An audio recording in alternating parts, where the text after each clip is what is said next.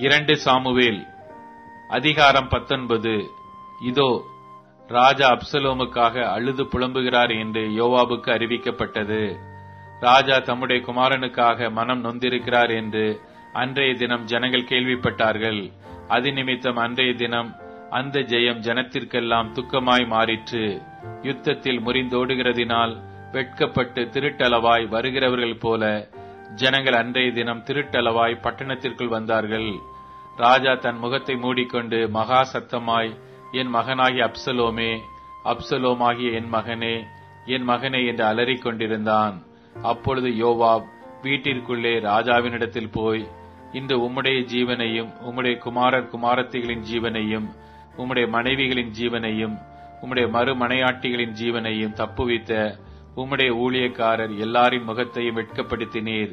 இன்று நீர் உம்மை பகைக்கிறவர்களை சிநேகித்து உம்மை சிநேகிக்கிறவர்களை பகைக்கிறீர் என்று விளங்குகிறது. அதிபதிகளும் சேவகரும் உமக்கு அற்பமானவர்கள் என்று இன்று விளங்க பண்ணுகிறீர். அப்சலோம் உயிரோடு இருந்து நாங்கள் அனைவரும் இன்று செத்து போனால் அப்பொழுது உம்முடைய பார்வைக்கு நலமாயிருக்கும் என்று இன்று அறிந்து கொண்டேன். இப்போதும் எழுந்திருந்து வெளியே வந்து உம்முடைய ஊழியக்காரரோட அன்பாய் பேசும். நீர் வெளியே வராதிருந்தால் இன்று இரவு ஒருவரும் உம்மோடே தங்கியிருப்பதில்லை என்று கர்த்தர் மேல் ஆணையிடுகிறேன். அப்பொழுது உம்முடைய சிறு வயது முதல் இதுவரைக்கும் உமக்கு நேரிட்ட எல்லா தீமையை பார்க்கிலும் அது உமக்கு அதிக தீமையாயிருக்கும் என்றான். அப்பொழுது ராஜா எழுந்து போய் ஒலிமுக வாசலில் உட்கார்ந்தான். இதோ, ராஜா ஒலிமுக வாசலில் உட்கார்ந்திருக்கிறார் என்று சகல ஜனங்களுக்கும் அறிவிக்கப்பட்ட போது ஜனங்கள் எல்லாரும் ராஜாவுக்கு முன்பாக வந்தார்கள். இஸ்ரவேலரோவெனில் அவரவர் தங்கள் கூடாரங்களுக்கு ஓடிப்போனார்கள். இஸ்ரவேலுடைய சகல கோத்திரங்களிலுமுள்ள சகல ஜனங்களுக்குள்ளும் வாக்குவாதம் உண்டாகி அவர்கள், ராஜா நம்முடைய சத்துருக்களின் கைக்கு நம்மை நீங்களாக்கி விட்டார், அவர்தானே பெலிஸ்தரின் கைக்கு நம்மை தப்புவித்தார். இப்போதோ அப்சலோமுக்கு தப்ப தேசத்தை விட்டு ஓடிப்போனார். நமக்கு ராஜாவாக அபிஷேகம் பண்ணி வைத்த அப்சலோம் யுத்தத்திலே செத்தான். இப்போதும் ராஜாவை திரும்ப அழைத்து வராமல் நீங்கள் சும்மா இருப்பானேன் என்று சொல்லிக் கொண்டார்கள்.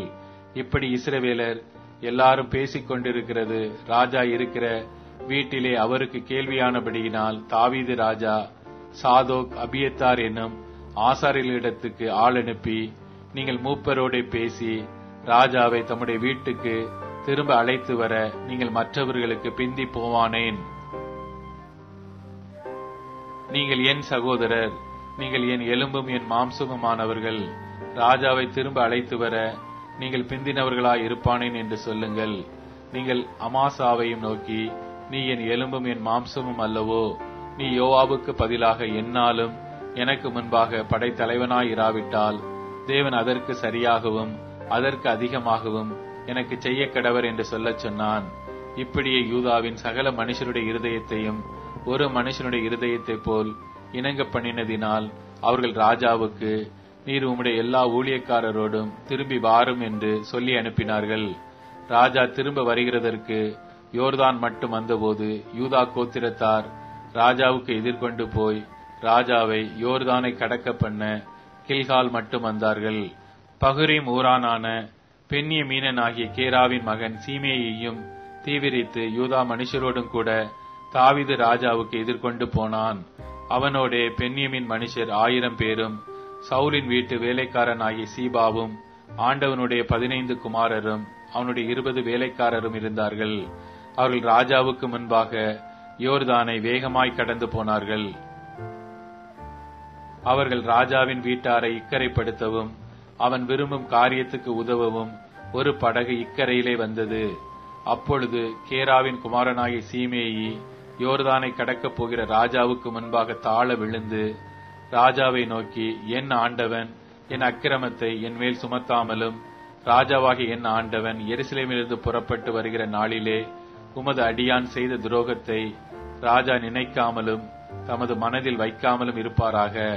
உமது அடியானாகிய நான் பாவம் செய்தேன் என்று அறிந்திருக்கிறேன். இப்போதும் இதோ ராஜாவாகிய என் ஆண்டவனுக்கு எதிர்கொண்டு வர யோசேப்பு வீட்டார் அனைவருக்கும் நான் இன்று முந்திக் கொண்டேன் என்றான். அப்பொழுது சிரியாவின் குமாரனாகிய அபிசாய் பிரதியுத்தரமாக, கர்த்தர் அபிஷேகம் பண்ணினவரை சீமேயை தூஷித்தபடியினால் அவனை அதற்காக கொல்ல வேண்டாமா என்றான். அதற்கு தாவீது, செரியாவின் குமாரரே, இன்று நீங்கள் எனக்கு சத்துருக்கள் ஆகிறதற்கு எனக்கும் உங்களுக்கும் என்ன? இந்த இஸ்ரவேலில் ஒருவன் கொல்லப்படலாமா? இன்று நான் இஸ்ரவேலின் மேல் ராஜாவானேன் என்று எனக்கு தெரியாதா என்று சொல்லி ராஜா சீமேயை பார்த்து, நீ சாவதில்லை என்று அவனுக்கு ஆணையிட்டான். சவுலின் குமாரனாகிய மேவி போசேத்தும் ராஜாவுக்கு எதிர்கொண்டு வந்தான். ராஜா போன நாள் முதல் அவன் சமாதானத்தோடே திரும்பி வருகிற நாள் மட்டும் அவன் தன் கால்களை சுத்தம் பண்ணவும் இல்லை, தன் தாடியை சவரம் பண்ணவும் இல்லை, தன் வஸ்திரங்களை வெளுக்கவும் இல்லை. அவன் எருசலேமில் இருந்து ராஜாவுக்கு எதிர்கொண்டு வருகிற போது ராஜா அவனை பார்த்து, மேவி போசேத்தே, நீ என்னோட கூட வராமல் போனது என்ன என்று கேட்டான். அதற்கு அவன், ராஜாவாகிய என் ஆண்டவனே, என் வேலைக்காரன் என்னை மோசம் போக்கினான்.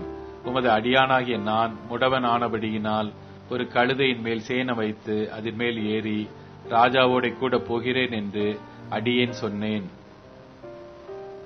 அவன் ராஜாவாகிய என் ஆண்டவனிடத்தில் உமது அடியான் மேல் வீண் பழி சொன்னான். ராஜாவாகிய என் ஆண்டவனோ தேவனுடைய தூதனைப் போல இருக்கிறார். உமது பார்வைக்கு நலமாய் தோன்றுகிறபடி செய்யும்.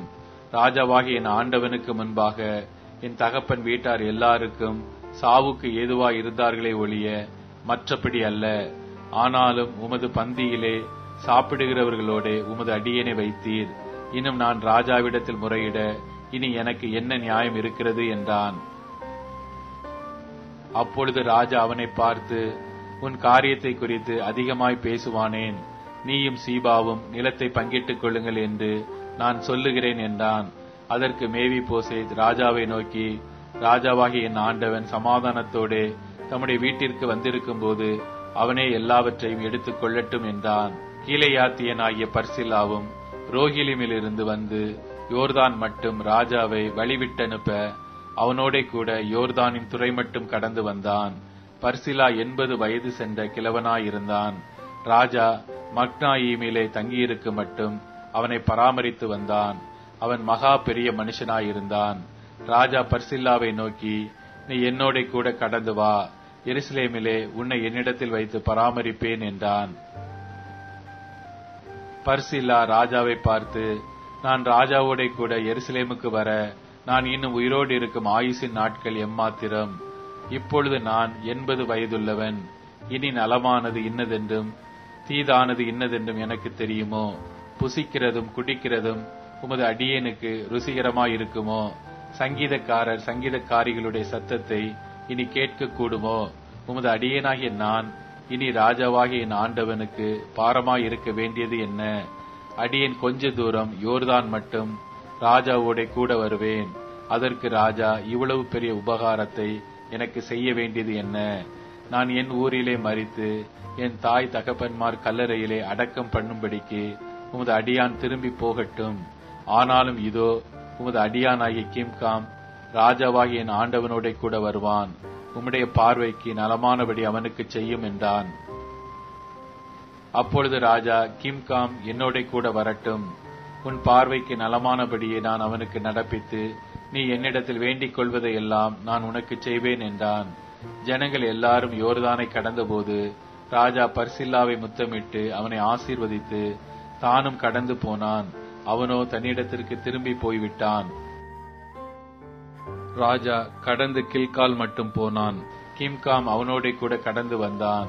யூதா ஜனம் அனைத்தும் இஸ்ரவேலில் பாதி ஜனமும் ராஜாவை இக்கரைப்படுத்தி வந்த பின்பு இதோ இஸ்ரவேல் மனுஷர் எல்லாரும் ராஜாவினிடத்தில் வந்து ராஜாவை நோக்கி, எங்கள் சகோதரராகிய யூதா மனுஷர் திருட்டளவாய் உம்மை அழைத்து வந்து ராஜாவையும் அவர் வீட்டாரையும் அவரோட கூட இருக்கிற தாவீதின் மனுஷர் அனைவரையும் யோர்தானை கடக்க பண்ணினது என்ன என்றார்கள். அப்பொழுது யூதா மனுஷர் எல்லாரும் இஸ்ரவேல் மனுஷருக்கு பிரதியுத்தரமாக, ராஜா எங்களை சேர்ந்தவர் ஆனபடியினால் இதை செய்தோம். இதற்காக நீங்கள் கோபிப்பானேன்? நாங்கள் ராஜாவின் கையிலே எதையாகிலும் வாங்கி தின்றோமா? எங்களுக்கு வெகுமானம் கொடுக்கப்பட்டதோ என்றார்கள். இஸ்ரவேல் மனுஷரோ யூதா மனுஷருக்கு பிரதியுத்தரமாக, ராஜாவினிடத்தில் எங்களுக்கு 10 பங்கு இருக்கிறது. உங்களை பார்க்கிலும் எங்களுக்கு தாவீதினிடத்தில் அதிக உரிமை உண்டு. பின்ன ஏன் எங்களை அற்பமாய் எண்ணினீர்கள்? எங்கள் ராஜாவை திரும்ப அழைத்து வர வேண்டும் என்று முந்தி சொன்னவர்கள் நாங்கள் அல்லவா என்றார்கள். ஆனாலும் இஸ்ரவேல் மனுஷரின் பேச்சை பார்க்கிலும் யூதா மனுஷரின் பேச்சு பலத்தது.